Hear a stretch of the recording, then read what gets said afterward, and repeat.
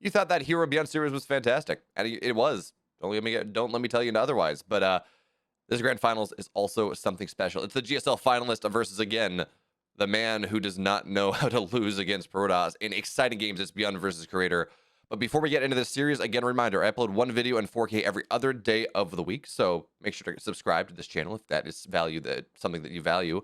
And also, I stream on Twitch every Monday, EPTNA, 7 p.m. Eastern. Every Friday, Saturday, Sunday, 7 p.m. Eastern for WTL delayed casts. And then, of course, EPT Korea at 11 p.m. Eastern on Saturday nights. But folks, enjoy the video.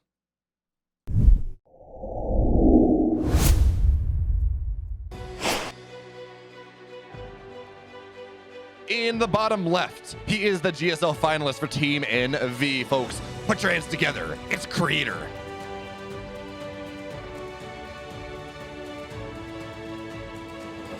In the upper right, in the red. Oh, what a series he just played. It's Byun.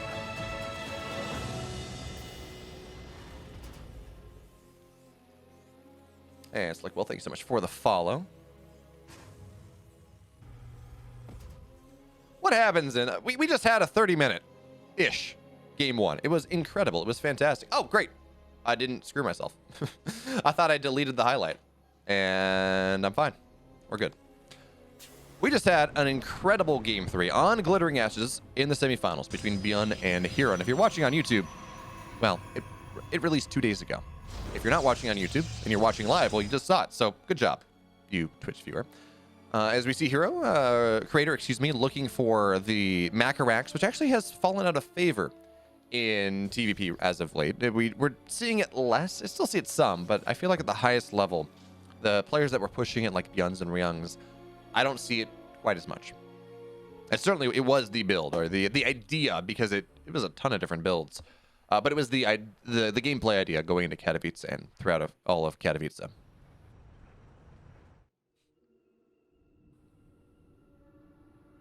And I'm sorry we could not continue the highlights until all 3 games, because the highlights probably took 20 minutes. Because there were just so damn many of them. Ah, what a series. That being said, Byun versus Protoss literally never fails to deliver. So, if you missed out, well, we're going to have another 5 games of this fantastic shenanigans. Because I would argue, well, Hero is probably the best Protoss player in the world right now. As Probe will be unsuccessful in denying the expansion.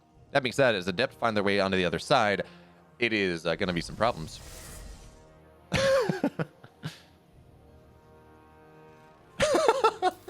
I'm literally a god, and then I proceed to just mess it all up. 1 second later. In fairness, Cynical Death, I messed up the tweet. And I actually didn't mess up the tweet, so we're okay. I did not mess up any of the actual on-screen productions. 2 Adepts, they're going to show on up now, and...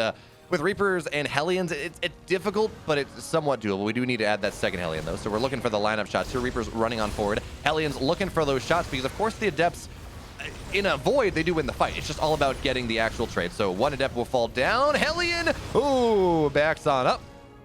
Adept survives. Command Center not all that delayed. And we're good. We're alive. We're okay. And the game goes on. Ornal, feel free to make any Twitch clips of this series that you wish. Follow that rhythm. My pleasure. I'm not sure what you're thanking me for, but my pleasure. Okay, Creator behind this. He's got a Warp Prism on the way. Rebel Bay halfway done. How many gateways does he have? 2. This is going to be... I don't know whether this is going to be Colossus drops or Disruptor drops, but Creator, he's opened it spicy in this game number 1 with the double Adept harass, with what will assumedly be Warp Prism harass. Well, we know it's going to be Warp Prism harass, but either Colossus drops or Disruptor drops, not really sure. As the Hellions, they try to find their way on in, but they're not going to get too much here. They're going to get an Adept, and that's nice. But because Creator did, overbuild Adepts early, it's fine. And yep, there we go. Colossus drops on the way. Colossus drops on the way. I've actually started to see more of this as of late. Yeah, Warnell, it's fine. Because, I talk about gamer degen hours or PhD degen hours, whatever. I mean, or grad student degen hours, excuse me. Let's be generic here. Or even student degen hours. Gamer degen hours. Clem literally wakes up in his pajamas and crushes face. Astray has talked about is the Hellions. Ooh, a couple more Hellions. They find their way into the natural. Byun looking for a little bit of damage here. 3 workers will go. Oh, line him up. Line him up. One more shot. Oh, only 1 Hellion remains, but still 6 workers have gone down. He needs 2 more shots here to make something happen. 1 more. Make it another. 9 workers go down. Make it. Yep, 9 workers die. I think the Colossus drop's going to have to get so much now. And... oh, Byun was building... yeah, there we go. It's like, you need Vikings. You do need Vikings. So, Byun, did he see the setup? I don't know necessarily. Oh, he didn't. Oh, no, he did. Okay, he saw the... yeah, he knows what's up. So, we see missile turrets go down. Tank's actually shelling away at this. It does take, I think 4 tank shots to kill off a Colossus. But for now, we're going to see a couple SCVs go down. Byun rallying forward, but of course, he doesn't want his Marines to fight that one either.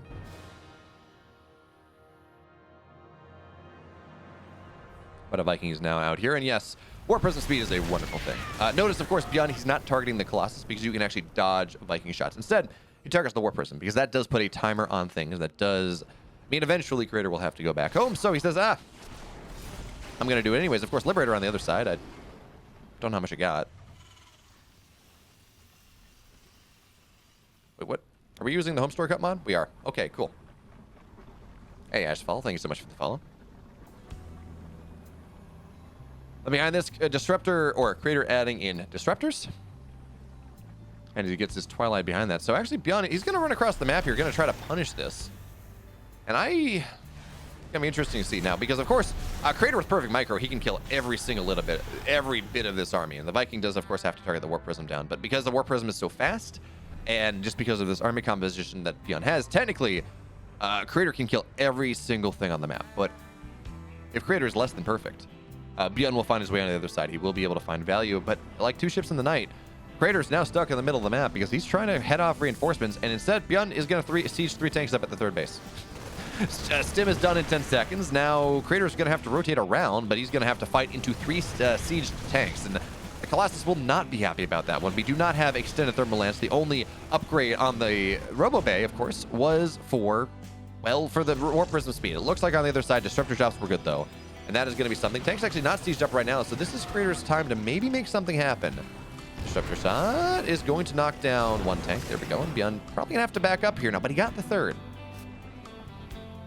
He got the 3rd, and that is something. But getting out is going to be the difficult thing. Luckily, of course, Byun does have stim, and medevacs are on the way. So eventually, he should be able to complete the airlift and maybe get out of here. Or maybe find something more, because he's got a drop on the left side.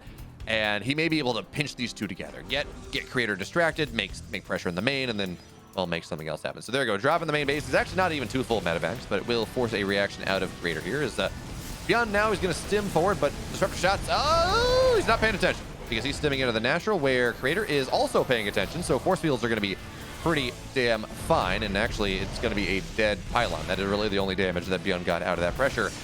Creator's doing a great job of defending this. He really is. Yes, losing the bases is not good. Double plus on bad. But now Blink is done, so we're going to see that medevac fall down. But at least Byun should be able to get out. If you're a Byun fan, should be able to get out of the right side position. Run mostly all the way home. As of course, we do not have charge. Charge has not yet been started. And yeah, Stalkers are decent chasing tools, but really not the best. In fact, though, Byun does not want to run home. He says, okay, well, it's time for me to find my way on the right side. But Creator, he heads off that push. He heads off that damage. He kills the tanks before Byun is truly ready. But now Byun, sieging up 2 tanks in the middle of the map here, says, okay, Stalkers, you don't get to fight. Okay, well, he's going to fight anyways. Now the Biostim's on forward. Disruptor shot. Byun is decent split. But now he's going to try to get on top of the Colossus, which again, does not have extended thermal lance. This is getting to the point where it feels like Creator does not know that. Where he thinks it's in production, he's kind of forgotten about it. Because extended thermal lance is just so important to fighting Bio. Without it, Marauders share range with the Colossus. With it, they outrange them. It allows the Colossus to actually sit out of range of where it can just get targeted down. It does necessitate Vikings. But for now, of course, Creator, he does have his 3rd base done. Beyond his 3rd base here as well, but not quite an orbital just yet. That's odd, though. I didn't notice until right now, but Byun did not get +1 attack. He only has +1 armor. Feels like a Zerg thing, right? Where you get Carapace to support all of your ground units. But attack supports everything. Anyway, so Byun now is going to stim on forward. He's going to knock down a stalker or two because concussive shells are wonderful things. Watch how the pendulum swings. But it doesn't really feel like either player can really break their opponent at this point. And folks, those of you fans of good StarCraft, that should make you very happy because I would like to point out the incredible game that we just had on this very map. Byun vs. Zero went 25 minutes, 28 minutes. Glorious. Amazing, wonderful. But this fight going to kick off here. Disruptor shot. Byun's going to dodge. He says, I don't want to take that fight. I don't want to mess around with it. And he's just opening up the map now. Knocking down rocks, giving him different attack paths and different ways to take the fight. Because, remember, on a different map, it was Hardwire, but same map scenario with the high ground, low ground, high ground in the middle of the map. He was able to just collapse on Hero. And just go from, oh, this game is rather even to, you're dead. In the blink of an eye, as DT is looking for a little bit more. But the Vikings do a good job of knocking the Warp Prism down. But Byun not, well, actually, there's the benefit of +1 armor. +1 attack is not yet done for Creator. But Byun not really reacting to these DTs in the main. He looks like he's got some in the third. And that's going to be nice. But 12 workers have gone down. Make it, DT's not dying in the main base either. But 15 workers have died. So Byun, we were talking about how, okay, you know, he's built himself in the mid-game state. He's really happy about this game. He's now down 15 workers. Well, technically he's down 17. But he just lost 15 workers. His army is good. Don't get me wrong. And he does have a decent amount of... Well, actually, no, I thought he had more Vikings. He only has 2. But as long as he holds these high ground positions, he will be able to maybe take some fights. Only 2 disruptors in the army right now. So if Byun can split out of those, he's going to be happy. Now, he's going to lose 1 tank. But, oh, that's still 4 tanks. Now, Byun's stimming on in. Okay. Okay. Oh man, Byun versus disruptors, you never know what's going to happen because he will almost always commit to try to kill them, and sometimes he makes a brilliant move and kills them all, and sometimes he dies.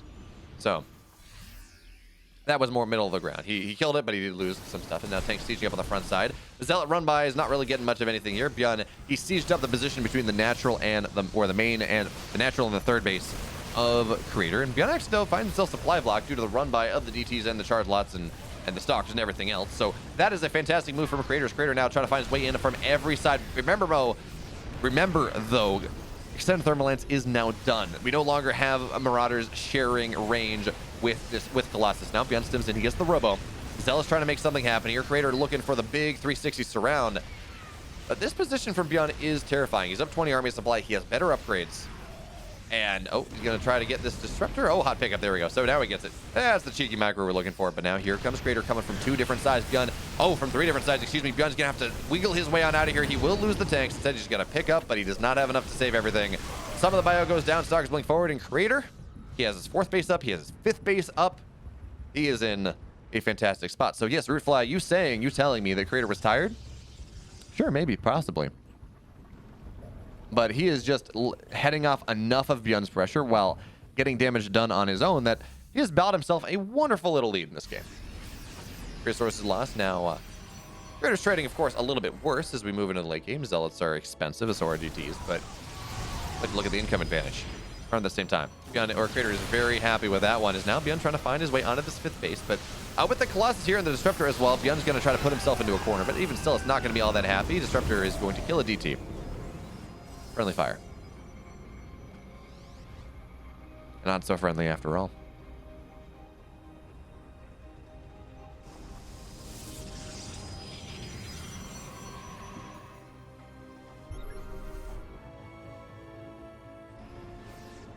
Okay, so Byun's going to find these stalkers, and he's going to try to knock them down. But of course, Creator is paying attention. And Blink will come off cooldown in just a second. So we should be okay there. But also, Byun's going to find this 5th base. And there really is not a lot to defend. There's a couple more stalkers warp in, but stack defense is not ready. EMPs are decent. Byun does have extended, or does have enhanced shockwave. So in fact, Byun is just going to get this base. But the army of Creator is too slow to... Byun. I thought he was going to get the base. Bullets are actually not all that great, but okay. This should be enough to zone it out. The base will go down. Byun getting a couple probes as well as we have Creator setting up attacks, counterattacks on the other side.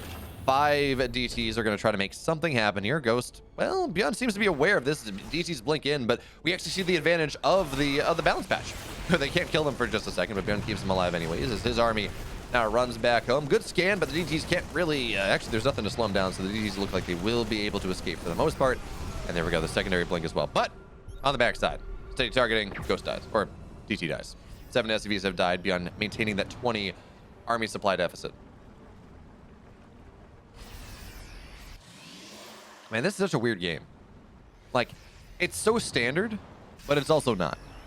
We're like, oh, this stuff is happening. I don't know. Maybe I'm just tired. That stalker run by gets nothing done. And our creator is trying to find his way in, but you're up a ramp into tanks, my friend. That is never going to work, or at least never going to be easy. But notice that we have a creator playing a very different, similar in some places where the mass expand, but still not mass expanding as hard. Creator's playing a very different TPP, or a very different PVT from what we saw Hero doing, where resources lost is not nearly buoying as hard, but also Creator's not taking the map as hard. He's staying a little bit higher tech, and he's also moving into carriers. He's moving into that Sky Toss ideal, which is interesting. I forgot who asked me whether going like the Carrier Tempest Disruptor would have been the play, and I said yes, but Hero can't get there. All right, if Hero had maybe been a little bit more lax, maybe you could have gotten there, but also he would not have been able to take as many bases. So it's a complicated discussion. Certainly, though, Creator in this game, by just posturing a little bit more, by doing a little bit more multitasking harass instead of trying to just hit him with 2 big armies, playing that Gateway Man style, he is able to move into multiple Stargates and +1 airs. That's just a dead DT. Good eyes there, Byun. Multiple Stargates and +1 air and fleet beacons and eventually into carriers or Tempest before Byun makes the air transition. Because right now, yes, there's a second starport on the way. Yes, there is a fusion core on the way. Oh, that is those some juicy tank shots. That's not exactly what Creator wanted. But okay, DT's on the north side. They're gonna find some stuff as they blink in. Yeah, the drop is gonna be dealt with, but Byun's gonna react as well as he's posturing here, holding the high ground. It's complicated for Creator to approach that high ground. In fact, complicated as in you shouldn't do it, with the tanks being right there. But carriers are on the way, so we do have to point this out. Of course, 16 supply of Creator is sitting not in his army; it's sitting in his production. So while we say Byun is up 20 supply, really he's up like 40 army supply right now until these carriers do arrive, which does buy Byun an opportunity to make something happen before the Skytoss army is truly out here. So on the left side, he's not going to get a lot because, well, EMPs are good, but also that is a Colossus, that is 2 Disruptors. But on the right side, Disruptors, ooh, a lot of them fall down to the tanks, and now Byun taking a pretty fantastic trade before the carriers arrive. And even then, it will only be, I think, 1 or 2 out. So he's going to find, yeah, he's going to kill 1 Stargate immediately. And also important, he knows what type of game it is that Creator is playing right now. He's going to get a Robo as well as DTs and Zealots try to find their way on in. The tanks are not yet sieged, so the DTs, they kill 1 of them off. Byun is a little bit of a pickle, but oh, who's the pickling here? It actually looks like Creator is the one that is made out of cucumber and vinegar, because Byun takes a fantastic fight. He picks up, he dodges the Disruptors, he backs on out of here, and now he's in the natural stalkers that have been, of course, warped in. That was a really cool move there from Byun, and he is going to be able to get out. Of course, carriers are on the map right now, but he got a Stargate. He has slowed down the production of the carriers to make it only 2 at a time instead of 3. And Byun on the left side as well, he's going to deny, what is this, the 5th base of Creator. Nothing really going to stop that one. I do want to see 3-3 out of Byun. But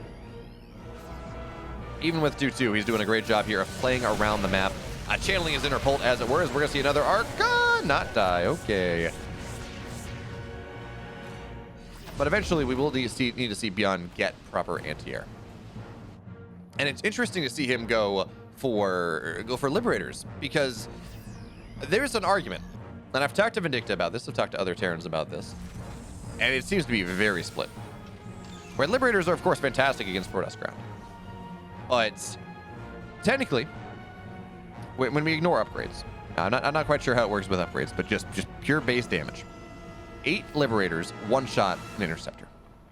But if you take the fight, it becomes really complicated, because what you need to happen is you need all the Interceptors to be out before the Liberators arrive, and then you have to have them clumped up on something, and then the Liberators show up, and you want to have a couple extra to get them the shots that you need. And that's how that works. But if your Liberators are part of the army, if it is a standard fight, then the Liberators get picked off one by one. It's really not exactly what you need. It's Disruptor shots, they're going to roll on forward, and of course, Liberators, they're sieging up anyways. They're not looking for the head-on, let me kill all the interceptors. Because, of course, right now, the carriers are not that big of a problem. It's only +1 air. In fact, we're seeing +1 air armor here as Disruptor shots move on forward. Liberators getting some fantastic value here. Last of the Disruptor shots, I think, are going out, and now Byun looking to collapse on top of things, but it is still scary because Colossus, they do a whole hell of a lot of work. But now Byun stimming on in, trying to make something happen here, but the mixed damage, the combined complexity of this army of Creator is not actually all that much more expensive in minerals and gas it is. And the supplies are somewhat even, but really what we're looking at, of course, is just, it's so hard for this army that Byun has, but ooh, good EMPs to start here. And he's gonna knock down a lot of the chaff of that army, but still the Disruptors are there, still the Colossus are theirs. Now the Liberators trying to knock down some of these Interceptors, I guess, but ooh, good EMPs as well. Now Byun trying to run on forward, trying to knock down this Colossus maybe. But I think it's really interesting to see Creator go +1 air armor instead of +2 air attack. That's new. Now it may be the economic state where Byun is actually mining more minerals right now. They're both on equal numbers of bases. The Creator's not really been able to get that 6th base up just yet. I mean, he has it up now, but it's gonna not be mining very soon. Well, actually, Stark can deal with it. But he hasn't really been able to build that significant economic lead that he would have liked. So maybe he says, oh, you know what? I want things to survive a little longer. That's fine. But I do think it's interesting that we're not seeing four Vikings at a time. Instead, we're seeing 4 Liberators. As Byun's going to find the Stalkers, but drop it on the other side. He's going to be fine. Disruptor shot, though. Byun, pick up! Oh, that was a cool move there from Creator. He anticipated what was happening, so he says, oh, okay, you know. Byun does know that there was vision there, so he kills the Observer. But a full medevac of Bio versus an Observer. I don't know which one you all favor, folks, but I think I favor losing the Observer. Especially considering at this point, robo production time is not nearly as big of a thing as it was previously. The Stalkers run forward, and actually nothing dies. Byun setting it for a multi-prong here as he sieges up the main defensive position that Creator has. Meanwhile, he finds his way out of this side. Good EMPs knock down a lot of the static defense, and 1 Disruptor is not going to be enough. So Byun, right now, he's actually not doing anything, but he's forcing most of the army of Creator. Now he's going to dodge forward. He's looking for something, and he's going to siege on forward just a little bit more. Meanwhile, this base on the right side, he's going to kill it after killing off a lot of Stalkers. So good trades for Byun here to start, as now we see the Liberators sieging up once again. Disruptor shot gets a couple Marauders, but now Byun, he's got to be careful because how many Interceptors are on the field? It is 45, and this is where things get scary because yes, well, Marauders do not kill carriers. That's actually the big deal. All the Marines are dead. Because those Interceptors with +1 attack, +1 armor, and +1 shields, they're hard to kill. And so the Liberators on the field, Byun is just not really giving us a solution to the mass Interceptor count. But again, I'm excited to see what happens because we've started to see Terran players do this a little bit. It doesn't seem all that great, but of course Byun is Byun, and he the last game. Okay, now we're going to see Liberators again. DTs blink on forward, charge less on forward, but now all the stuff on the ground is dead. But still, a lot of the Interceptors, they are only 32 alive here. Now Byun stimming on forward. Marauders trying to get something. 27 Interceptors are all that remain. So this is a much more doable fight, as I think a drop went down. But Byun has killed 13 workers. He killed a base. He's going to get another one. Mass Recall is not going to be enough to save this base in time. So now Creator is only back down to 5 bases, which seems crazy, but he's only back down to 5 bases. Byun finds himself on a 40 army supply lead. Creator doesn't have a lot of money, but it is 8 carriers, and it feels hard to ever say anything against 8 carriers. So what Byun is doing here is he's saying, yeah, your carriers are scary, but I'm just going to choose to not engage them for the most part. I'm going to have just enough that I kind of can. Meanwhile, I'm going to be all over the map because this army is a death ball. I'm going to punish it for being a death ball. So he's gotten 2 bases in the span of a couple minutes. He's killed off a lot of the workers. Again, Byun has found himself an economic advantage when he's been down the entire time. Another Colossus falls. He gets another base. +2 air is now done, so it's really hard for anything to engage in these liberation zones. And now Byun stimming forward 8. It's still 8. It's still 8 carriers. The Interceptors are so scary that Byun, in as good of a position as he is, we're just going to look at the Interceptor count. It's actually only 20. It's starting to fall down here. The +3 bio with EMPs, they're actually just eating every single bit of it. And Byun takes that game. That was a technical one. In the upper left here, in the blue, he took us to a long game, and he almost had it, but not quite enough. For Seaman V, Creator.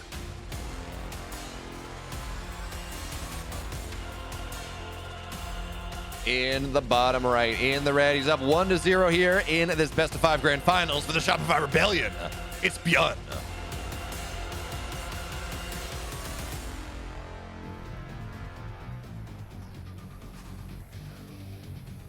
I appreciate that Lambo has a Byun emote. Whereas Byun's emotes are just his dogs, which is fantastic. But okay, so game number 2. Honestly, I don't even remember how that started, really. It went late so fast. But we saw Crater make the carrier transition.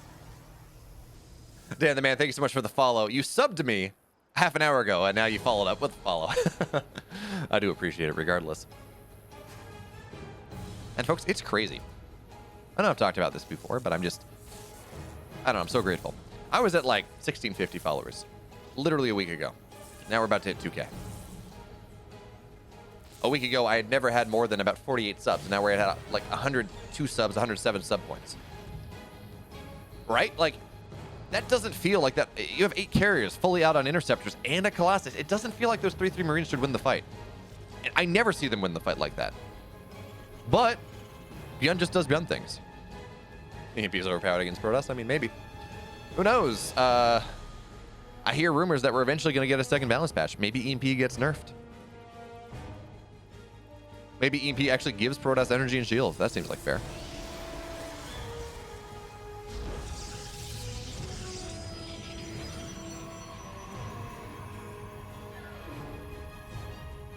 Yeah, they were wrong then and they're wrong now. Burning it. Byun is not just a Reaper abuser. But notice what we're seeing from Creator here. He's done this 2 games in a row where he's going for this delayed scout. And I think part of it is to look for macro racks, for like these middle of the map kind of proxy racks, but not really. But now the Reaper's on the other side. Now, of course, with the shield battery here, Byun now knows that an Adept is going to go onto the other side. So he does have to be prepared for that one, but he's kind of learned from game 1. Command Center on the high ground. He did this to Hero in games 2 and 3, and on any short map, it just seems like what he wants to do. And that means that this Adept pressure just does not really accomplish what he wants. I mean, he's going to get the SCV, sure, but a single SCV is not really what you're looking for when you're trying to delay a Command Center.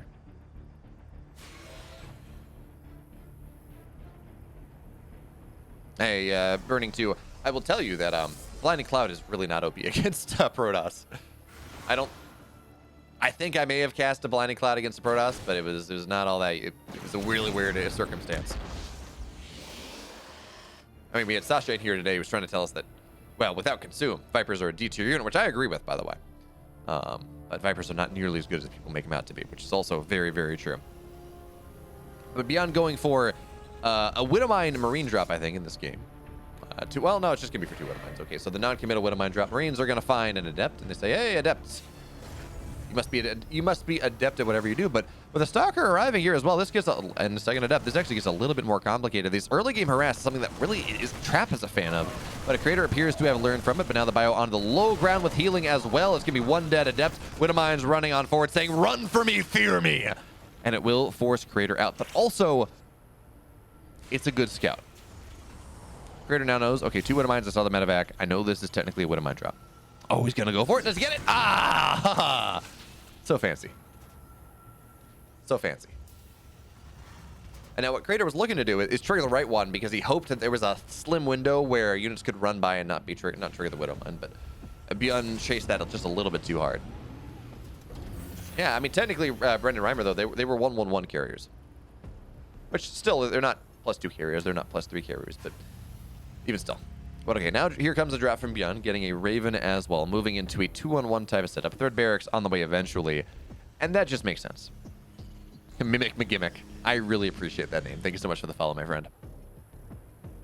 You see that Wizards of the Coast sent Pig a card box that was literally that was a Mimic. It looked very cool. I'm very jealous. And I've said very too much times this cast. I will endeavor not to do it again. But okay, Widowmine drop here from Byun. It's going to get scouted out, though. I mean, Creator knows the Widowmines are on the field anyways, so Byun is just doing interesting things with the medevac, and I guess just trying to bait out a response there from Creator.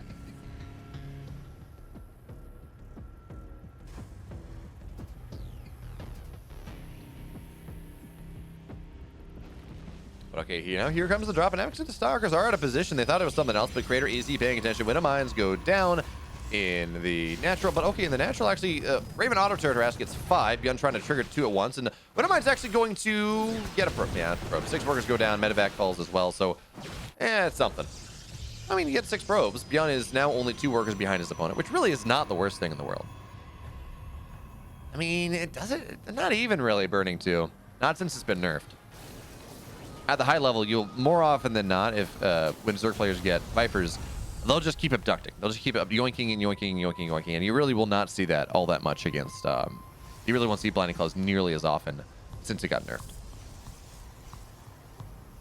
Like if there are 6 tanks all clumped up together, okay, maybe sure, but in general, Pro Terrans are good enough at not clumping that you're really totally fine. And plus, the prompt was all spells are overpowered against Protoss. What were we talking about? Is Mecha Protoss composition Mr. Burning 2? Is Mecha Protoss composition? I didn't think so.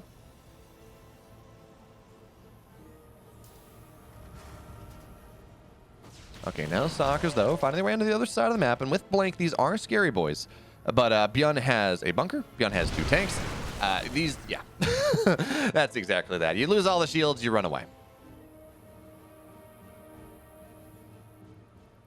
And okay, Byun adding on his 4th and 5th barracks right now as he's getting ready for the traditional 3-1-1. This is the timing that you all are familiar with. This is the timing that has really defined the Terran meta for a while. You run out of the map around 7:30 when stim combat shields +1 are done, and you try to put pressure on. But Byun, little wrinkle, he's got a double drop on the left side, and eventually we will see him move out on the map. But for now, he seems content to stay back home, stimming into the 3rd base because Crater thinks he's safe right there. Going to get on top of the Colossus. Shield battery overcharge, though. It's popped. And that does not get what he is looking for. That being said, Byun also forced shield battery overcharge, which means that his push coming in soon enough. Slap and tickle dock? That makes me uncomfy. Welcome, though. Doesn't mean that his eventual push will be more powerful because there's no shield battery overcharge for the next, well, I guess it's going to be off cooldown. There we go. That's what I meant to say. By the time that this is done, in fact, Byun doesn't really seem to want to get too active on the map. He's got his 3rd base. He's just going to take that one. And, okay, like 2 ships in the night. Byun will find that the Warp Prism is on the bottom side, so Warp Prism really should not get too much done anymore, and the Vikings are going to be dispatched over to say, run, run, run away. Crater, though, too wise for these tricks. He's going to pull the Warp Prism in a corner, looking for a more auspicious time. As Byun has his Ghosts on the way, enhanced Shockwaves, +1 armor, so that may be the timing that Byun looks to do something. But also, Crater has found a fantastic defensive position. He's on 8 gateways already. His supply is not really, again, ballooning to the, or Byun's supply is not really ballooning to that point where the Terran could have been aggressive anyways. And of course, that is because Byun in part did open for a Window Mine drop into this, so you're not quite as big at this point in your actual bioproduction because, of course, your barracks are delayed slightly because you do get those Window Mines early. But still, Byun taking a position on the map. He's going to try to take fights around these doodads. He did such a good job of it in Hero in Game 2. He did lose. I mean, Burning 2, you're allowed to argue all you want. You will just be wrong. As, good feedback there on the Raven. It's something that has become somewhat common now, but it's still sexy. But yeah, Burning 2, you're allowed to argue all you want. You'll just be wrong.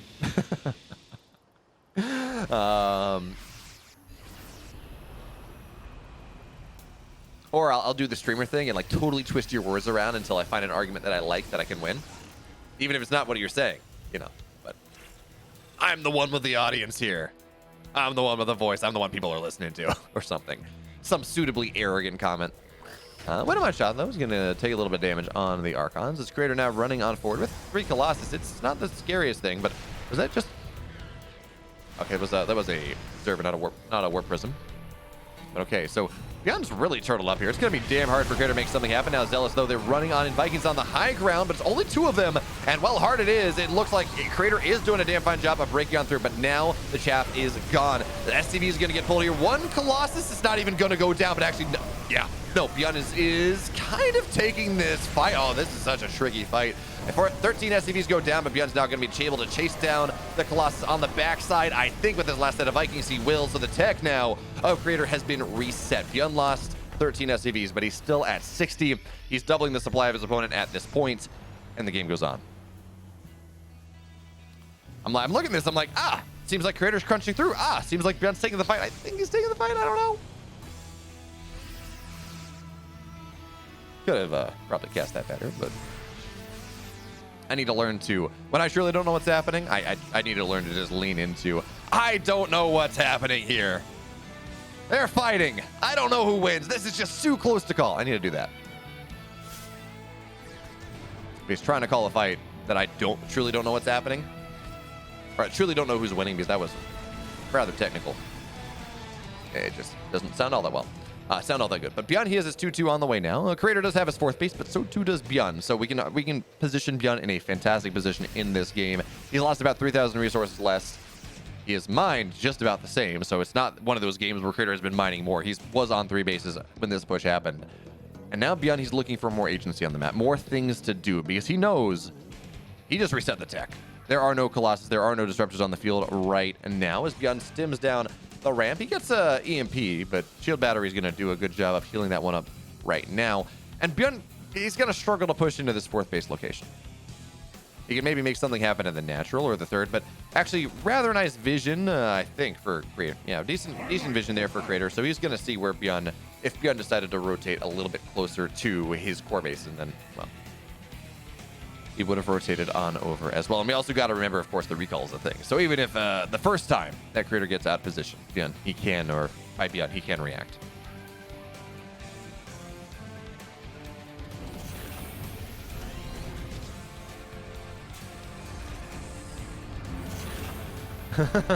Pretty much Dr. Dark Knight. Glad you understand. But Byun, okay, he's going to lose I think he lost him. No, he just lost a ghost there. Good target fire there from Creator.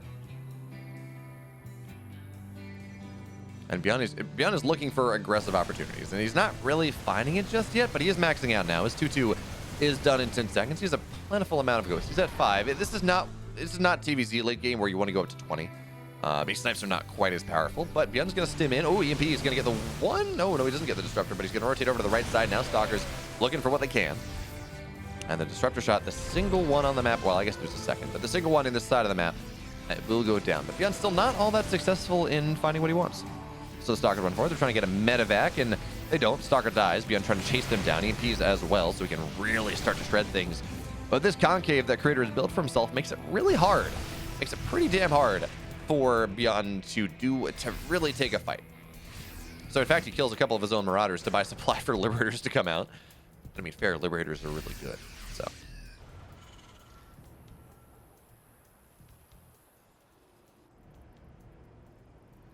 Okay, but now Creator trying to find his way up on the high ground, and actually Byun with a concave here. Liberator seizing up as well. Does he split for the Disruptors? He does. Fantastic job. And now he's going to be able to chase down. Another Disruptor falls. Byun with the splits. He loses a couple Marines. He's absolutely okay with that one. That was a mistake and a half there from a Creator. He did not want to go up that ramp without seeing what was happening. Meanwhile, on the other side of the map, single Zealot harassment is actually killing SCVs. The Byun is probably okay with losing because he needs more supply for more army. Now, on the other side of the map, Byun stims his way into the natural, but he is absolutely getting surrounded here. Stalkers on both sides. So which side of the fight does Byun choose to take? He says, I'll take both.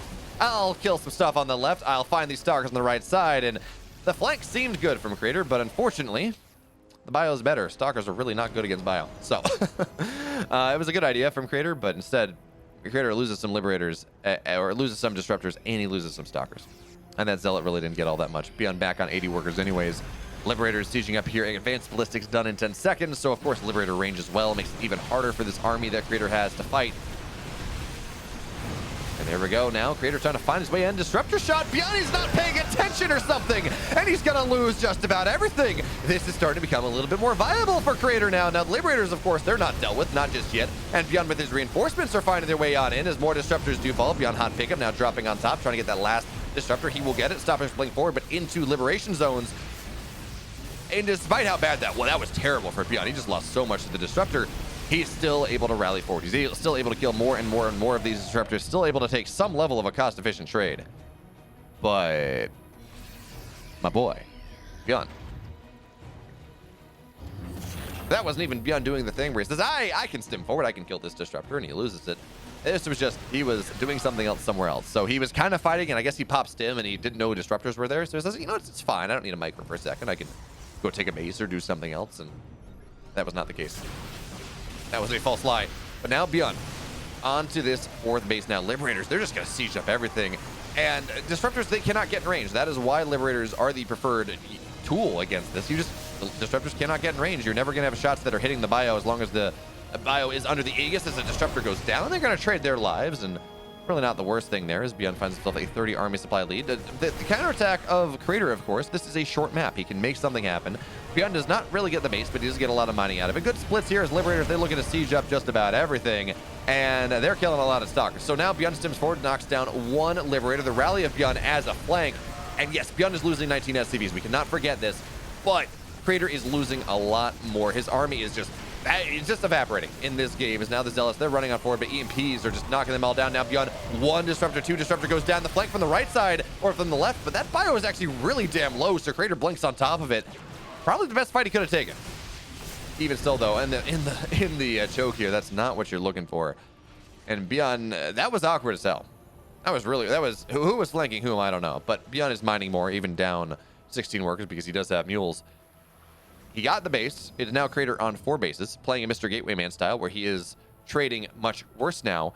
And resources gathered is just about equal. This is not one of those games where you just have better mining, so you can do this for a while. That was what Hero was doing.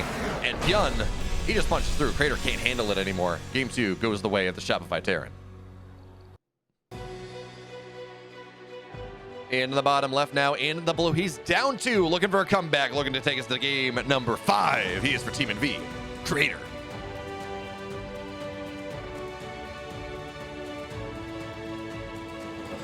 His opponent on the upper right side of the map here in the red. He's up 2. He's looking dominant. He's Byun.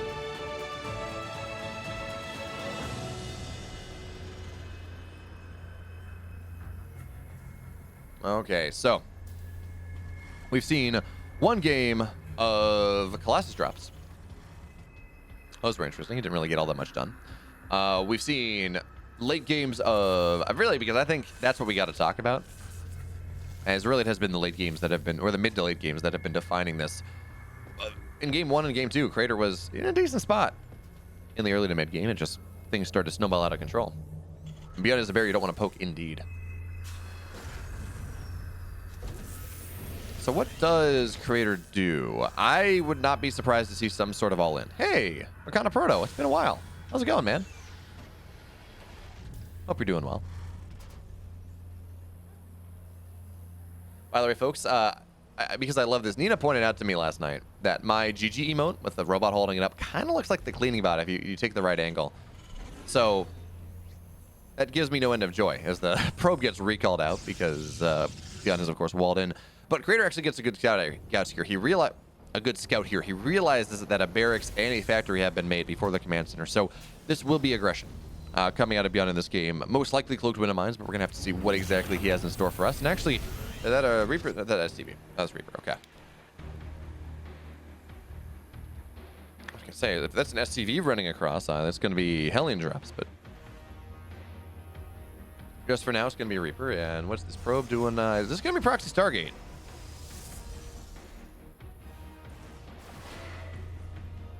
Yep, there we go. Proxy Stargate coming in from Crater, looking to nip this one in the bud, but he's also going to have to be super careful with that Widow Mine because, well, or he's going to have to be super careful with that Oracle because Widow Mines will be out pretty damn quickly. And that is always scary. It means the Oracle is really not going to get as much damage as Crater would like because, again, he doesn't know where the Widow Mine is. It's always hard to scout. So Reaper finds its way into the natural, says, okay, there's natural. 2 probes there. That seems a little low, but you have to see exactly what he wants to do. Is just dancing around, seeing the double adept, though, and he's going to force to find his way on the high ground at the last second. Last shot, though, kills the Reaper. And that is that. Byun does not get his view into the main base, does not see that maybe there's a missing pylon, does not see the amount of gas mines. So, do we have Widow Mines defensively anywhere? No, we do not. But now we're going to see him burr up behind 2 different spots now. And as the Oracle looks to fly in, it's going to be ready rather soon. Is Crater going to be prepared for this? Now, Adepts are going to shade onto the other side right as this command center. Well, actually, it's not even doing anything. So, okay. Here comes the Oracle. Does Byun have it set up properly? Marines are actually baiting this one out. Oracle dives in, and oh no! That is absolutely the polar opposite of what Creator wanted. Now, he does have a second Oracle on the way, but now Byun feels confident. He can run across the map. I believe he might still have a Widowmine. No, he only has 2. But now he has Marines. Now he's going to have 5 Marines, which of course is exactly what you want to deal with an Oracle play. He got the first one down. Oh, cleaning bots are absolutely instruments of pure evil. I'm going to have I got an animated emote in the process that is going to be the cleaning, that is destroying the cleaning bot. So be excited for that. One is now dropped into the natural here. Do we have an armory? No, we don't. It's just quick Widow Mines. And Byun's actually just going to unburrow, buy more mining time. Stalker's warping in the main base. Now, this is a random Widow Mine, but he's going to kill a Stalker. That's actually fairly nice. Widow Mine in the natural here. Probes are going to get... Oh, wait, what? Creator? Create. Oh, okay. That was a bit awkward. Meanwhile, what's happening in the natural? Adept's finding a little bit of value. Oracle's as well, but the Oracle is just barely going to survive. The outer turret does not get it. And 3 workers go down. So actually, positive trades here for Creator in the early game. He gets 3 workers. He does not lose all that much.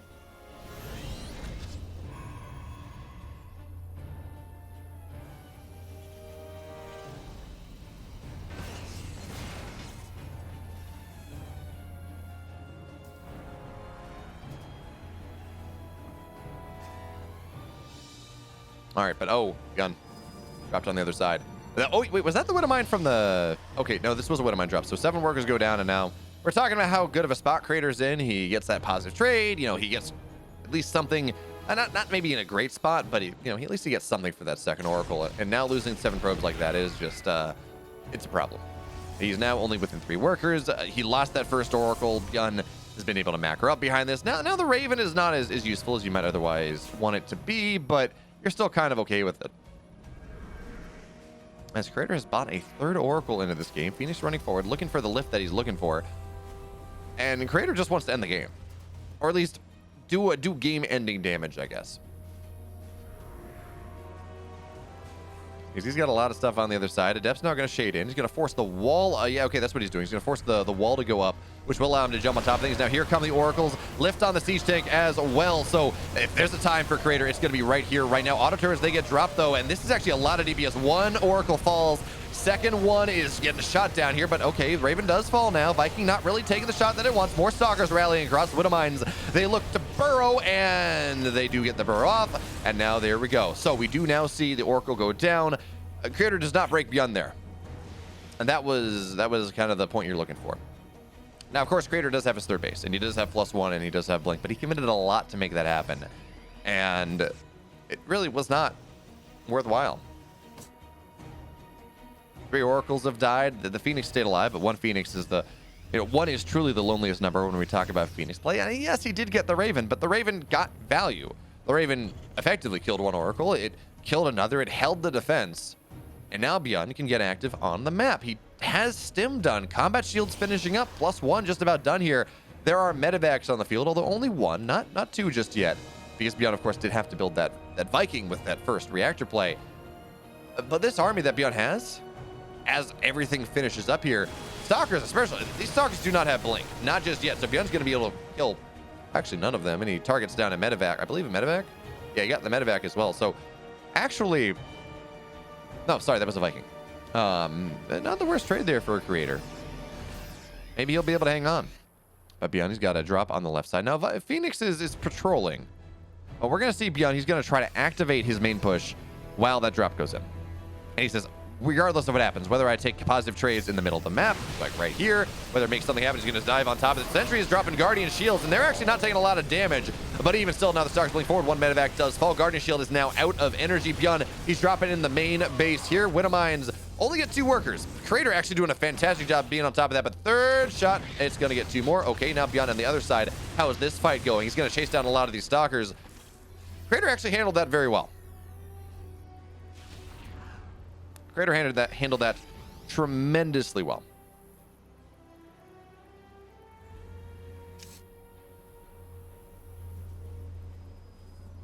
And this buys them time, regardless of what these players want to do.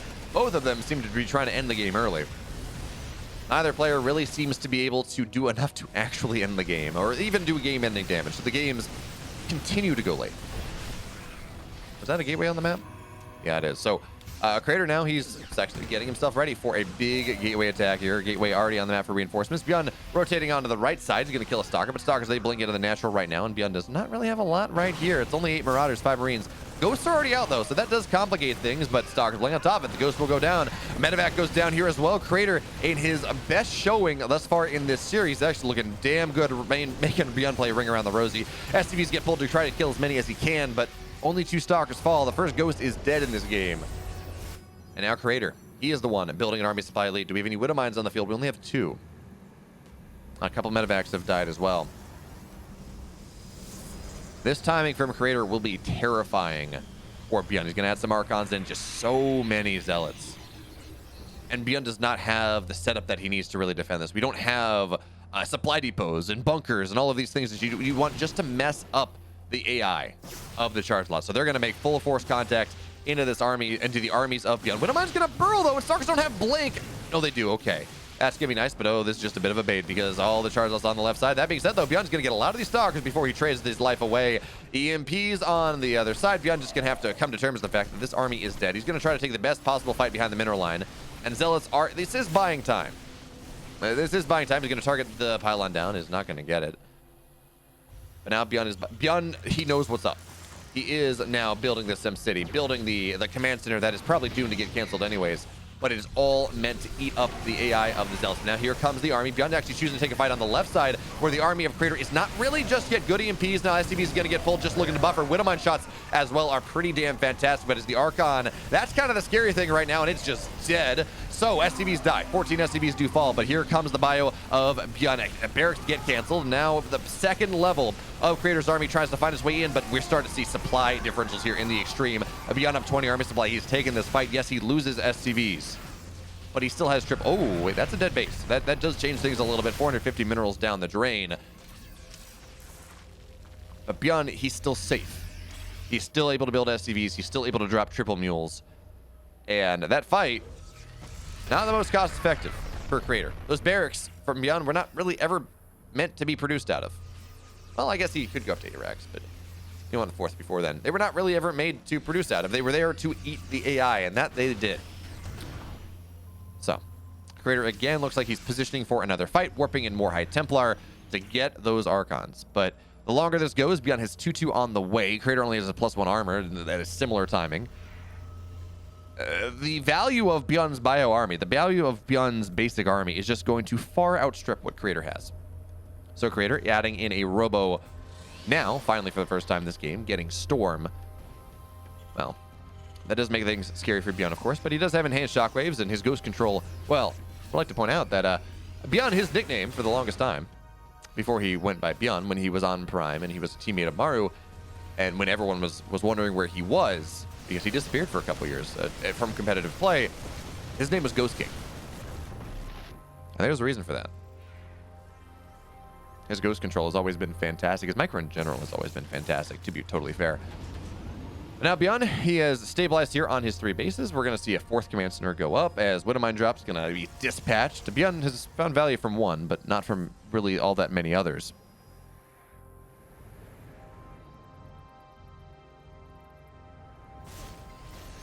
But okay.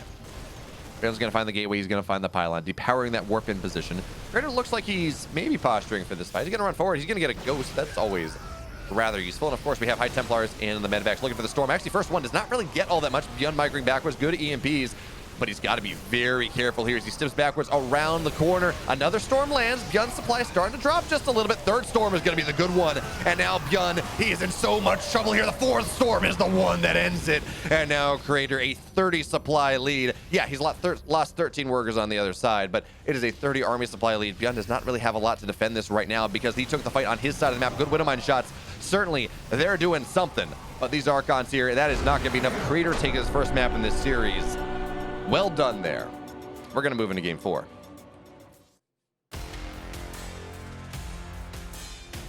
In the bottom left here, in the blue, he is down 1 game in the series, but you know what? He made a great game in game number 3. He is Creator.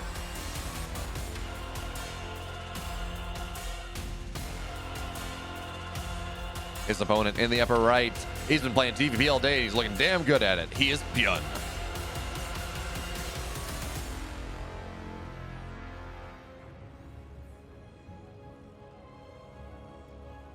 Yeah, I don't know that my shelf could hold that, actually, Ponelius. And also, Ponelius, thanks so much for the follow. I mean, Gig TV, I don't need to paint it green. I have a drop-down green screen that I use for events that need it.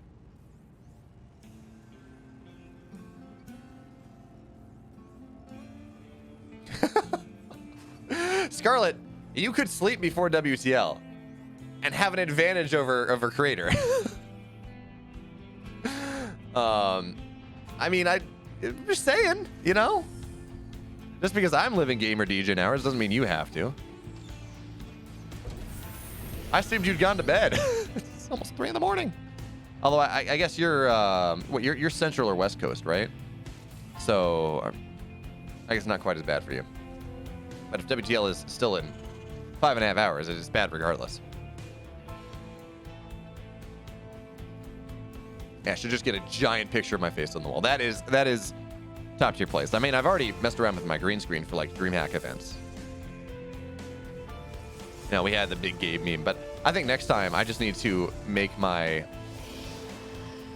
I just need to make my background my face for the online component of DreamHack Atlanta, and then other people's faces. Just to get a really zoomed in picture of Kalaris awkwardly staring at us from my background. That is excellent memes. Thank you for the thank you for the idea. And hey, Rootfly, thank you so much for the follow.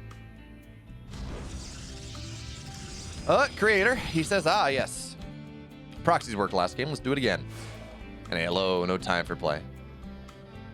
I wonder if we're gonna get a translation on this one. Sometimes with Maddox in the game, we'll get them.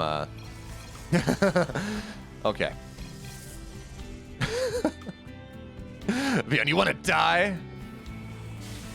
You looking to die, son? I don't know. Whatever. I don't know. Did Byun see anything that really told him that things were crazy? Yes, they definitely got the Reaper. So, Byun mad, I guess that he lost the Reaper, but it's a Proxy Dark Shrine in this game at number 4 because Creator has got to go to bed. He has WTL in 5.5 hours, although at this point he's kind of pulling all-nighter and go for it. Because, of course, you know, anything less than 3x is really doesn't do nearly as much for you. So I guess you could sleep for 3 hours or something. Yeah, 5.5 is not horrible. It is, but he survives. The Adepts, they will not go down. Into the natural we go. The question, though, is how many scans will Byun save? That is the only question, or the only thing that determines whether this works or not. I mean, you know, sure, good SimCity and other things like that, but no shot. Okay, okay, Sasha, that's fine. Oh, I thought you were. For some reason, even though I live fairly near Toronto, I always swap Toronto and Vancouver, and I'm like, yes, Toronto's on the West Coast. No, it's not.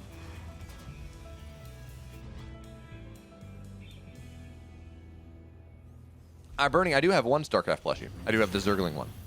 The original one, not the new run. Okay, DT finding its way on in. We have one scan on this. There's only one scan. So the first DT will die most likely. Good job there from Byun. He just pick it up, but actually that's a rather low command center. Byun is baiting this out. Oh, this is actually really cool. So look at what Byun is doing here. He's acting like he does not have a scan. And Creator's the mind games. Oh, I love it. Byun is brilliant. Look what he did there. He acted like he didn't have a scan. So Creator would assume a scan is coming soon. So he backs out. He says, I don't want to lose the DT. Well, Byun had a scan the entire time, but ironically, if Byun had spent the scan, then the second DT would have run in and found value. So instead, that's actually so smart. Okay, now here comes the drop. It's going to find the third base. And it's going to knock down. It's going to try to knock the shield battery down. But really, with that stim... wait, is stim done? Yeah, no, actually, stim is done here. So we're going to try to find something. But of course, DTs, they're going to clean this one up fairly easily. As now a drop into the main base as well. Looking for something just a little bit more.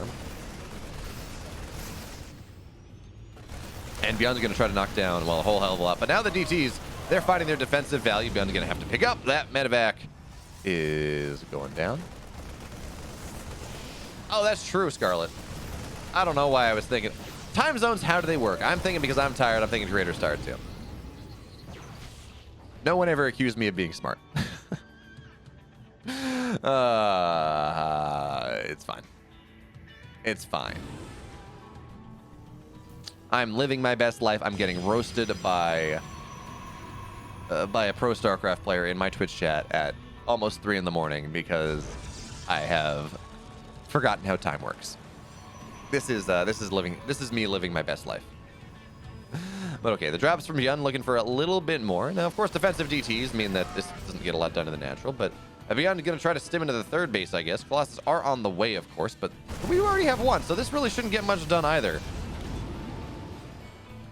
These games from Creator are just, I don't know. These Byun Creator games, Hero Creator is just, Hero Byun was just always fighting, but these are just these incredibly technical games. Where defensive DTs, Byun just seems so reticent to drop a skin. Finally, he drops one to kill a DT. But, hey, Colossus drop in the main base. 4 probes do go down. So Byun is nickel and diming this. His drop is found a little bit more. 6 total probes have died for 14 Marines. Not really sure that that is necessarily worth it, but of course, Marines have died elsewhere as well.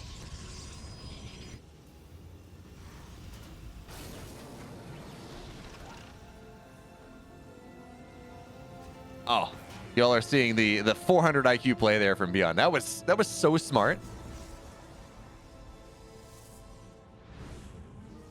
Oh, I'm dumb. Never mind. Creator can see orbital energy. I'm dumb. It's fine. You know what? I thought it was the 400 IQ play, but really it is just Bayo being 3 in the morning Bayo and being dumb. It's okay. I need a hot 6 or something, except they don't sell them in it, and I've never had one. They don't sell them in North America. And also, I wouldn't drink it anyways because I need to be able to sleep after this. But now, drop again, trying to find some value. Now Byun looking to stim in, but there are 2 Colossus in a Dark Templar here. This is not a pushable position. There's a 3rd Colossus as well, so Byun is just, he's desperately looking for value. Hey, Real Loco Durka, thank you so much for gifting a sub to Sasha, to Scarlet. Scarlet, now you can spam the Frodo emote all you want. Or, I don't know, Baneling Hugs. Baneling Hugs are important. I'm kind of sad no one uses that, but I guess it's too single use.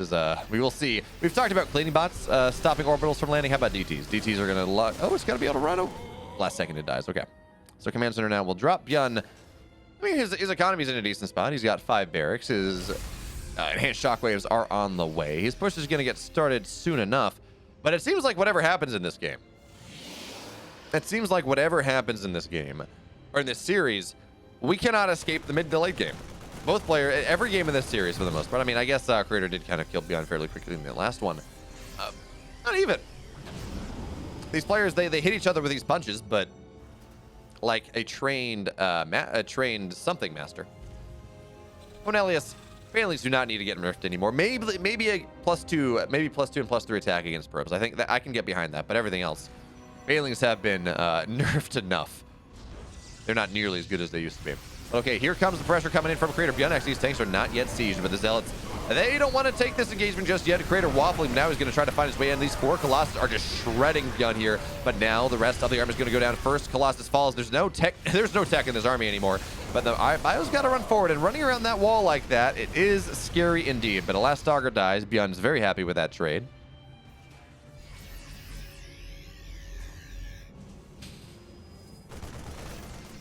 And Byun on the other side of the map, he's got 4 workers with this extremely low drop that has literally 1 HP left on it, but he's going to get another probe, 5 probes for a drop that Byun kind of forgot about. And certainly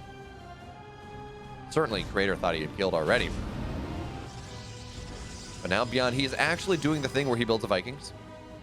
This is useful.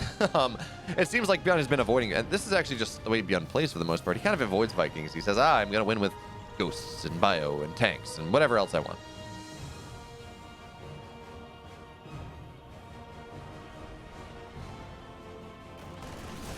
Okay, this drop, there we go. Finally, he's going to find the Dark Shrine.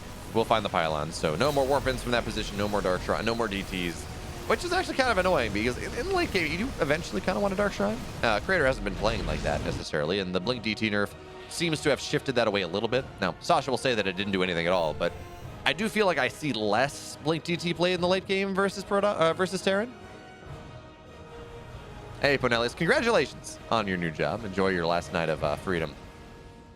And also, folks, as we got a reminder, the final big Stormgate reveal that I'll be able to take part in is happening Sunday, starting at 3:30 p.m. Eastern, which is noon 30 Pacific, with the PC Gamer Show. Don't know when that's going to happen, but Day9's going to interview them. It's going to be awesome. DTs, though, one of the last DTs on the map, actually the last DT on the map, because now it's dead. They find a little bit more here, but now we have Crater posturing on the left side, and it's still a scary Colossus force. He's still on 4 Colossus, trying to punish Byun's just desire to never build Vikings. In fact, Byun has +1 air on the way, but he literally has 4 Vikings. So Byun, actually a big portion of his army is on the right side, looking to stim into the natural here. Tank's getting really good shots off. And that is going to be that. So Byun stimming into the natural here, knocking down the shield battery, knocking down the pylon. And this is going to force Crater to do some action. So he stims on in, Tank's shelling away. SCV is going to get pulled.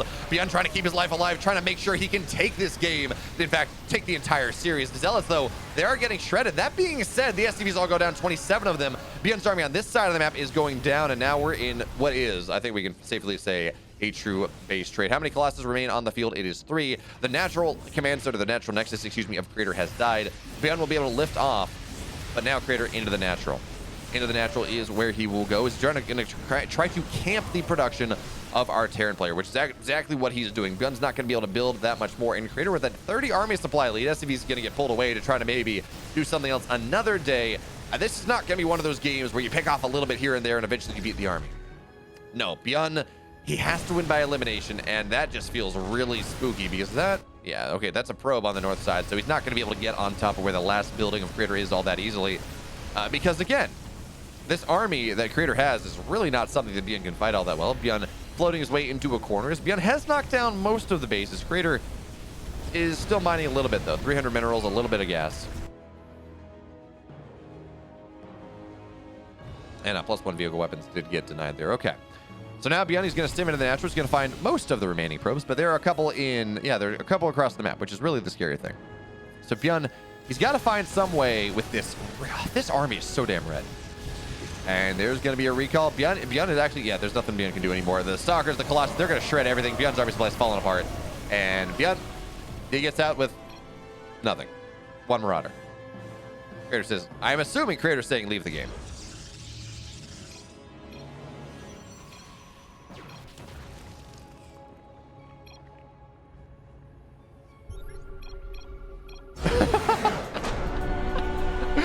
Oh.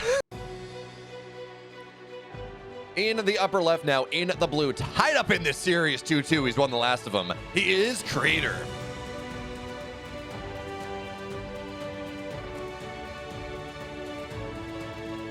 In the bottom right, in the red. He won the first 2, but he's fallen off a little bit. Can he take the 5th? For the Shopify Rebellion, Byun.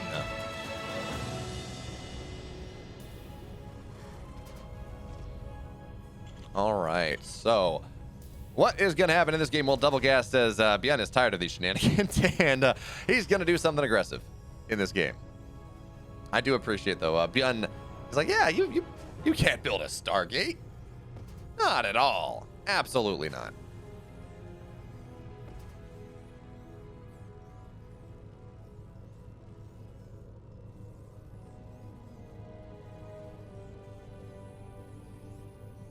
And of course, Crater drops the Nexus. It's like, oh, there we go. That's proof. Even still, Byun hadn't gotten every Nexus, so Crater could have long distance mined long enough to make that happen. So I don't really know what the argument was. But anyways, Crater, he's going to have to scout out what's happening here because we're going to see, I think, a Widow Mine drop again. We're going to see this Barracks Double Gas Factory idea that is so common in TVT. But it happens a little bit differently on this matchup. And I think this is fair because this is a map that it is really hard to break anyone. Much like Glittering Ash is a little bit different in how it works, of course, but it is so damn hard to break the Core 4 with 3 levels of ramps. Now, I was really excited when, yes, the editor now supports 15 levels of ramps. Finally, we have a map with 4 levels of ramps, and it's like, it really does turtle things down. But it has given us some cool games. I think part of the reason that I'm maybe less enthusiastic about Pride of Altaris is the fact that we haven't seen a lot of games on it, so we haven't seen a lot of good games on it. We've seen some. Cure versus Ryung? No, that's not right. Cure versus Dream. Cure versus Dream and Katowice was actually an incredible game on this map to determine who qualified into the playoffs and who did not. So, we got to give the map credit where credit's due, as the Reaper now returns because there is a probe there that is his getaway. And Creator, understanding that this is an aggressive play, he's sees how late the command center is. It's going to be a Stargate opener at home. So you're going to get a lot of Phoenix out as long as this is not a 3-rack, which is not what this is. This is a tech-heavy opening from Byun.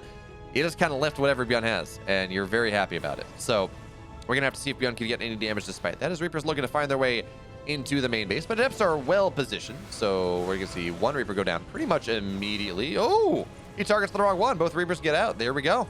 We're okay. And the Reapers in the main base now. The Depths are not in good position anymore. Of course, it takes 3 volleys to kill this off, but you lift one of them with a Phoenix, and that does make something happen. Second probe does go down. Does it make a third? Looks like that answer is going to be yes. Yes, the third one does go down. In fact, 4 total probes have died in this game. Probe is actually going to get pulled here. Now, the Reaper is going to get out as well. So Byun, the start of his campaign of terror in this game number 5, he's going to be very happy about it. Yes, Slick Will. Byun won a fantastic best of 3 against Zero. It will be going up on my YouTube soon. Towards the end of the week, I think, actually. So make sure to check it out there. And that time, it'll be in 4K, or you can watch the Twitch VOD. And those of you watching on Twitch or watching on YouTube, again, make sure you watch Hero Byun. Byun never fails to deliver in TVP. It was a fantastic series. Byun and Heroes, their styles are so good. Okay, here come the triple adepts coming in from Creator, of course, which does one-shot Marines. It does one-shot SCVs. So this is a little bit of a complication here, as with the Phoenix as well. Creator's been doing a lot of this, actually, and it's only been somewhat working for him. Is now, okay, the Marines are going to go down. We're not seeing really much of any damage on the Phoenix, so Marines, they're dead. Depths are doing a damn fine job, but the repair is good. So that does certainly mean that the Cyclone is going to stay alive. The Vikings are going to try to knock things down. Phoenix, they die, or they stay alive, excuse me. But what is Byun doing? Because this was a tech-heavy opening. And it looks like he wants to run across the map with 2 Vikings, 2 Cyclones, and kind of smash Creator with just this weird amalgamation of early game defensive tech. And it could work, because Creator just sacrificed a lot of his ground units. He's 4 Phoenix, and yes, technically, or not technically, Warp Gate is done, but that still is only 3 Warp Pins. But even still. Cyclones and Vikings are not the most consistent fighting unit. Ponelius, I will agree with you that I think Thors are, well, I don't know. They're on my personal chopping block, but in actuality, I don't think they're all that imbalanced. I just take issue with a 450 HP unit with heavy armor that also does as much DPS as a Thor at 3/3 or +3 attack, or as a DT. More DPS than a Dark Templar, actually, but you know, that's my personal crusade, and it really does not have a lot of merit. Okay, a couple additional barracks are on the way. Byun's not going to really have much of a timing here, because he is, of course, going for a 3rd base. This is a 3cc opening? Oh, weird build from Byun. But okay, now the Phoenix looking for a little bit of harassment. 5 of them here, and of course we got to remember this is not going to be Phoenix charge line. In fact, there we go. We have Robobay on the way. Well, actually, just about done. Lock-ons are not going to kill any Phoenix, though. 5 SCVs die. We're not going to see any of that, because this is Pride of Altaris, and while there are many bases where you can break a Terran's 3rd, or break a Terran if they're trying to take their 3rd, or even break their natural if there's no ramp, mass charge lots do just about nothing in this game. If you catch him in the middle of the map, sure, but Byun is playing this defensive style. He just doesn't want me to sleep tonight. He doesn't want Sasha to sleep. This is actually what he's doing. He says, I'm friends with Creator. I am going to play this last game so damn long that Sasha is not going to sleep, and it's going to give Creator a better opportunity to win his WTL match later today. I figured it out. I figured it out. We understand now. I love how long EPT Korea takes sometimes. Like, I'm not complaining. These games have been fantastic. But we're about 4 hours in to the actual EPT. I went live a little bit earlier for the classic Byun game, but we're about 4 hours into EPT right now with 19 players signing up. Exactly, 2-2-2. 2 Marine, 2 Cyclone, 2 Viking. Makes a lot of sense, Alexius. Thank you for explaining that to me. Okay, Byun will have 1-1 here as timing out with stim. This is just about the latest stim I've seen in quite a while in TVP. But it works out because this is Bride of Altaris, and you can be greedy.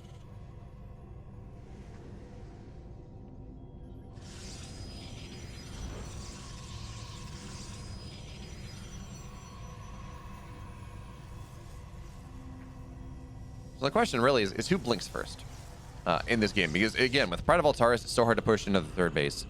Who actually decides to get aggressive? And the answer now will be Byun. His 1-1, his combat shields, stim, all timing out at once. But do we have enough? We don't have enough anti-air to deal with 2 Colossus and 6 Vikings. So Byun in the middle of the map trying to make something happen. But he's got his 2-2 on the way pretty much immediately. He understands, really, that maybe his opponent missteps and steps out of the map, and Byun can hit a big timing. But the army supplies are identical. And you're really not breaking this high ground position. Not with 3 Colossus, not with the Phoenix as well. So Byun, he's posturing. He's looking to maybe find something, maybe buy some room for a drop to happen eventually, but realistically, this game has a couple more minutes in it at the very least.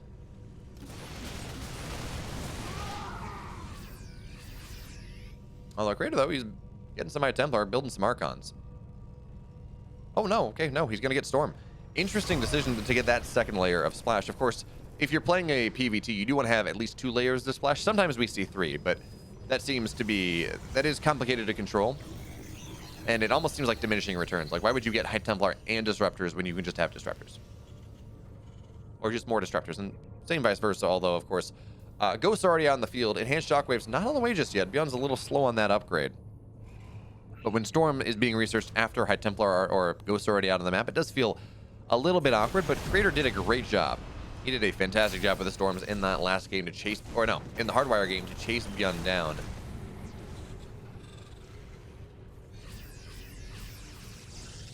So I can't say I hate the Storm decision, honestly. And he's going to get Disruptor. So we will have all 3 layers of Splash in this game. And, well, Crater, he's happy on his 4 bases. Byun's taking the gold, though, and this is going to be a imperative to fight. This is just going to be an inflection point because Byun will be mining so many more minerals on less workers than Crater is. Because, of course, Pride of Altaris has 8 mineral patches on the gold instead of 6. So you actually have, you can put a full base's worth of SCVs on there, which means it's effectively a base and a half. It does complicate things a little bit. Okay, in the middle of the map here, Zel's going to find stuff, but on the other side, Byun's going to push that one back, and this is actually a really awkward position for both sides. Byun has the vision, so he says, okay, I know where the Colossus are. I should be able to retreat from this in time. I should be able to hold the position. Not all that worrying. And his 2-2 is now just about done. In fact, the double forge was slightly later there for Creator, so Byun will have a minor upgrade lead. In fact, Byun, he's snowballed. He's exploded in his supply over the last minute. He's sitting here up about 30 army supply. But again, it's Pride of Altaris still, and it's hard for Byun to do anything. We've seen less than 4,000 total resources lost in this game. As players, they're just not, they don't feel comfortable engaging. Because it feels like whoever engages, even more than a lot of maps, even because Defender's Advantage is a thing, feels like whoever engages does lose. But now with Crater now trying to take that gold base, it does mean that he's going to be forced to go on the low ground. EMPs just blanket this entire army, and that's a bit scary. 2 disruptor shots of the 3 do going out. Good feedback there on the Raven as the High Templar runs forward. And there we go. Storm on the Vikings here. That's a little bit scary. Splits from Byun are decent. And it does look like he will be able to wedge his way in now onto the gold. So the gold base does down. Crater still has the upper right side. So from that perspective, he's still in a decent base count. Does not have the gold. Byun does. That is always, of course, going to be scary. Also, remember, Byun was late on enhanced shockwaves. So he will not be able to blanket the army quite as easily, get quite as easy cancels on Storm.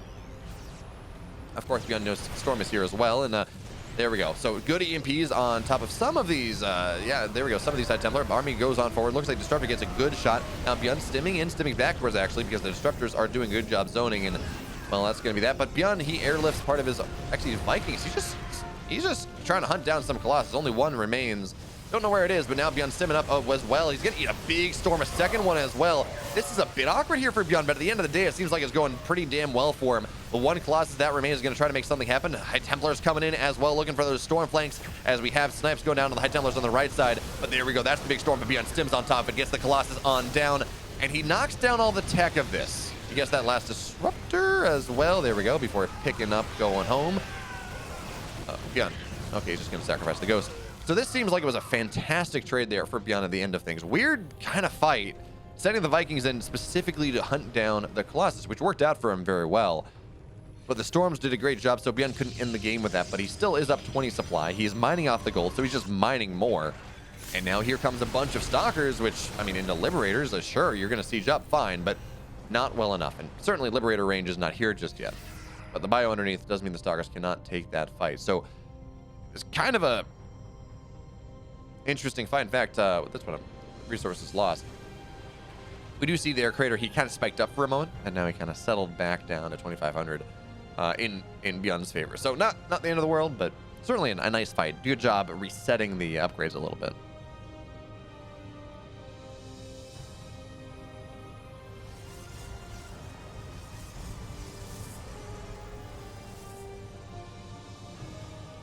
Okay, 3-3 on the way now. +1 air attack, eventually moving to +2, which, of course, with Ghost means you one-shot Stalkers. It really is that inflection point where it feels like it's really hard for the Protoss player to fight after that point, unless they have that Sky transition. But now Creator getting active on the map. He's down about 15 army supply. Like, nothing really, not the biggest of deals. Certainly when Disruptors can sway things pretty nicely. As Byun now heals the Zelnaga Tower, so at least he knows what's happening in the middle of the map. Is, again, Creator trying to take the gold. Byun, of course, getting himself set up for more bases as well. And we talked about that carrier transition. Well, it's on the way. No +1 just yet, but he is adding carriers as now the army runs forward of Creator. Byun, he's actually going to run forward, but he's got to be careful. Where the Disruptors are, Byun does not necessarily want to be, but he's going to... Oh, the Disruptors, they're just not paying attention. 1, 2, 3, 4, 5. They all go down. The second shots are just not going to get much of anything, and now Byun stimming forward because the harassment was a problem. Storm zoning... don't mean to hit that. Sorry, folks.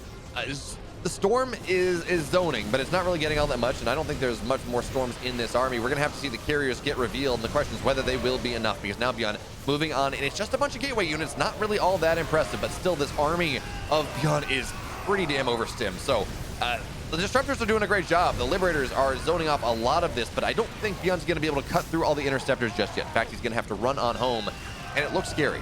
It looked like Byun was going to be able to pin Creator down on a base, maybe even get a base. But you had those Interceptors, you have the carriers get revealed, and suddenly it just got a lot scarier there for Byun. He was forced to run on backwards, and now he's got to siege up at home. Now we have missile turrets on the way, because this timing that Creator has hit with 3 carriers is actually a terrifying one. And it's starting to get a little closer there for Creator as well, because Byun, he kind of overextended, but now the Stalkers run forward. They're not really getting much. In fact, it's really not all that great. Biostim forward, getting another Disruptor. Byun is just the Disruptor sniper. He's going to target another one, and a third! Oh, he gets it last second. Oh, whew. That is so scary when Byun does that, more than anyone else. He limit tests, and sometimes he's right and sometimes he's wrong, and he really has been mostly right tonight, so I don't even know I can continue that train of thought, but oof, scary indeed. So Byun, he has his, what is that, his 6th base on the way on the right side. We're starting to slowly get to the point where the bases are harder to take. Byun has 1 more high ground base.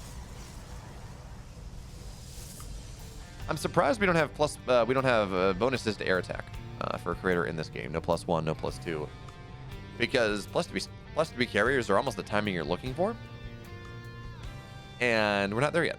I mean, Creator has not even started that timer. He has a lot of money. Yeah, Byun's mining a little bit more minerals, but mules are the thing. And Creator is pretty well on base count. He's on 6 bases. He has a lot of gas. He's mining 1,500 gas a minute. He can afford these upgrades, but he says, I'd rather build other things. Dark Shrines, and there we go. Okay, there's +1 air attack on the way, as Byun, of course, gets his +2 getting started. And because of this pretty heavy mineral advantage that Byun has, he is just littering the map with missile turrets. He's just littering the map. He's going to slow push, I guess, onto the other side of the map. He says, eventually, I'm going to be able to siege up your gold base with my missile turrets, and it's gonna be spooky here for your Creator. It's gonna take a while though. At least for now, Byun is gonna have a position that is really hard for the carriers to fight through, that he will be able to retreat back from.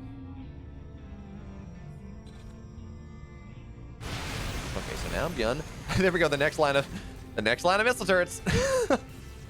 This is actually really cool. I haven't seen this slow missile turret push as a response to this before.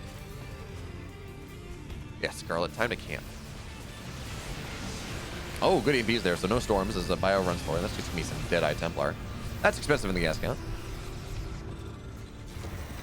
Sasha, I know you said time to camp. How do you feel about this? This is actually, it's spicy. It's kind of fun. It's like a Zerg spreading creep, except it's creep you have to buy. And they're missile turrets, and they shoot up, and they actually do damage. And they provide detection, but I don't really think that's the relevant component of this right now.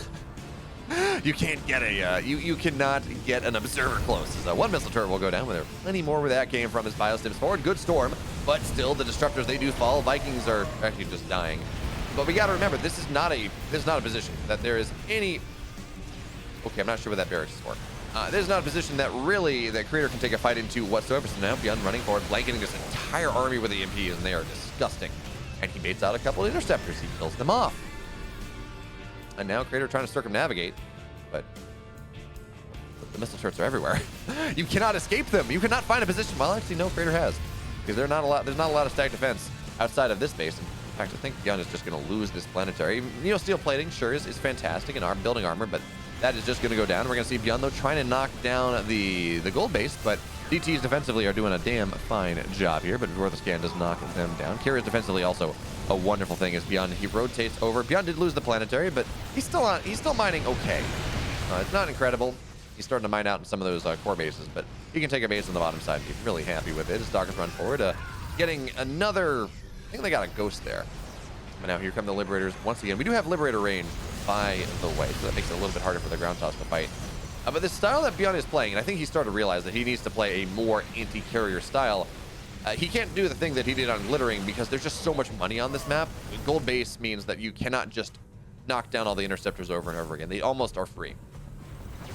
So with the Vikings 7 at a time, +2 air attack done, +1 shields, or +1 armor done as well. These Vikings are going to get pretty scary here, especially because we only have +1 air attack for Creator, as Byun does knock the gold base down, mitigating some of that resources loss differential as Vikings on the other side. EMPs knock down the storm, so that's not really going to happen. But Byun, he's going to struggle to find his way on the high ground. Actually, that being said, there's no splash, so he's actually not really all that scared. Vikings are going to knock down a free carrier. Byun finding his way on forward once again. A second carrier falls. The Archons are not really where they need to be. Now they are. That's a bit of juicier of a shot. But Byun stims on in. But so many of those carriers just went down. Now it's only 5, only 6. Now Vikings again knocking down another carrier. Now we do need to see repairs. We do need to see repairs on this. Vikings are getting rather low, but Byun there's a lot of this army that he can pretty easily kill. More carriers continue to fall. Byun microing backwards to this position that is safe with the Liberators, and he's just ripping Creator apart. He's ripping this army apart. Creator cannot take the fight he wants. Really, so the Vikings, they run forward, and they are very low, so I do want to see, honestly, Byun just drop a mule or two and repair this, or bring some SCVs forward, whatever it is. These Vikings are expensive, and you do want to repair them. But Creator has been shoved off of this position. He's going to find his way onto the north side base. Meanwhile, of course, Creator taking both, what do we want to call it? The 2 o'clock and the 9 o'clock base. So he has pretty much every base that he can reasonably be expected to take as a fight kicking off again on the north side. Good Liberator siege up here as the Archons, they run forward, but the bio's kind of dying for Byun. He can't really take that fight necessarily, and Liberators do fall as well, so it's something.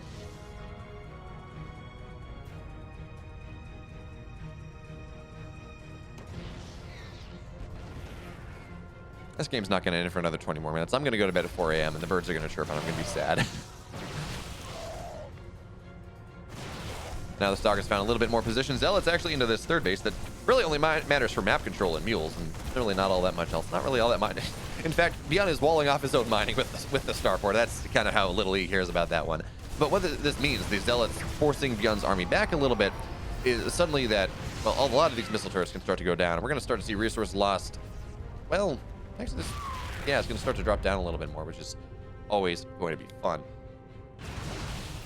This is so many minerals right now as the Vikings run on forward, but again, they're so low. I do want to see Byun repair this. I know I've said that, but I'm going to say it again. These Stalkers, though, they cannot take this fight. Okay, Byun rotating over to this base, but there's actually not a lot of defense. We have 1 High Templar, but it actually does not have a storm. The Colossus is still alive from earlier, I guess. It's going to go down pretty damn quickly. Good recall, though, is carriers actually, wait, those are some very exposed carriers. Byun is going to go off on a hunting mission there. Good storms, though, on the Vikings, and this is going to where things start to get complicated. 1 carrier does fall. Byun microing backwards to the safety of his missile turrets, but I'm not sure he can win the ground battle. Really, the air battle, fine, sure, okay, but the ground battle's a little bit scary. Disruptor shots are starting to fall, though, or disruptors are starting to fall. Archons They're all out of energy for the most part, but the Viking count has fallen. The Viking count is now in the dirt. It's a lot harder now for Byun to fight these carriers, but we don't have a lot of interceptors. It's only 9.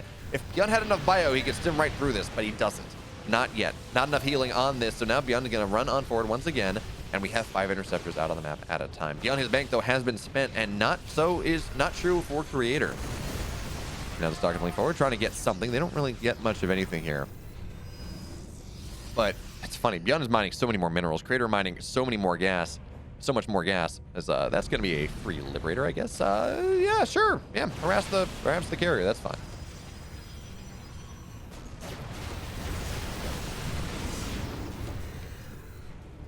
So Byun scans out the 3 o'clock base. He's like, okay, I probably need to deal with that one. So he's going to ship a Liberator on out to that position. I guess he doesn't feel like right now that he can segment off enough bio to go kill the base. Because certainly we do know that recall is on cooldown, so that is something that he can maybe make happen, but he's going to get the gold. That's just dead. DT defensively, but Byun has EMPs, Byun has scans. Yeah, the DT does not get all that much done, so we see production go down, but this buys time now for Creator. He's going to find a far more important base. This is where Byun has been muling. On the bottom left, it's the freshest base that Byun has. So, yeah, you'll gladly trade a gold that you're kind of starting to mine out of for... Actually, 2 bases here of Byun, because Byun is not where he needs to be defensively on this one. And this is not a base that Byun's going to be able to hold really all that well. Stalker's playing forward, and Byun is going to try to rotate over. But actually, you know what? With Neo Steel plating, with armor, with building armor, and high-tech auto-tracking, actually, the Planetary is doing a damn fine job. Byun, he thinks he's got Creator out of position here. Does he, though? He's actually not. But Vikings, they have rejoined the battlefield. The carriers are starting to get popped on down. 1 carrier will fall. Second one starting to fall here. Good storms, though, on the bio. Oh, so many of the Marines are falling. Byun, he micros back through it. But still, Byun builds himself an army supply lead. Byun building himself a bank once again. That's true, Scarlet. That's true, Sasha. Big problem is I need to get better blackout curtains because the sun has been waking me up in these northern latitudes.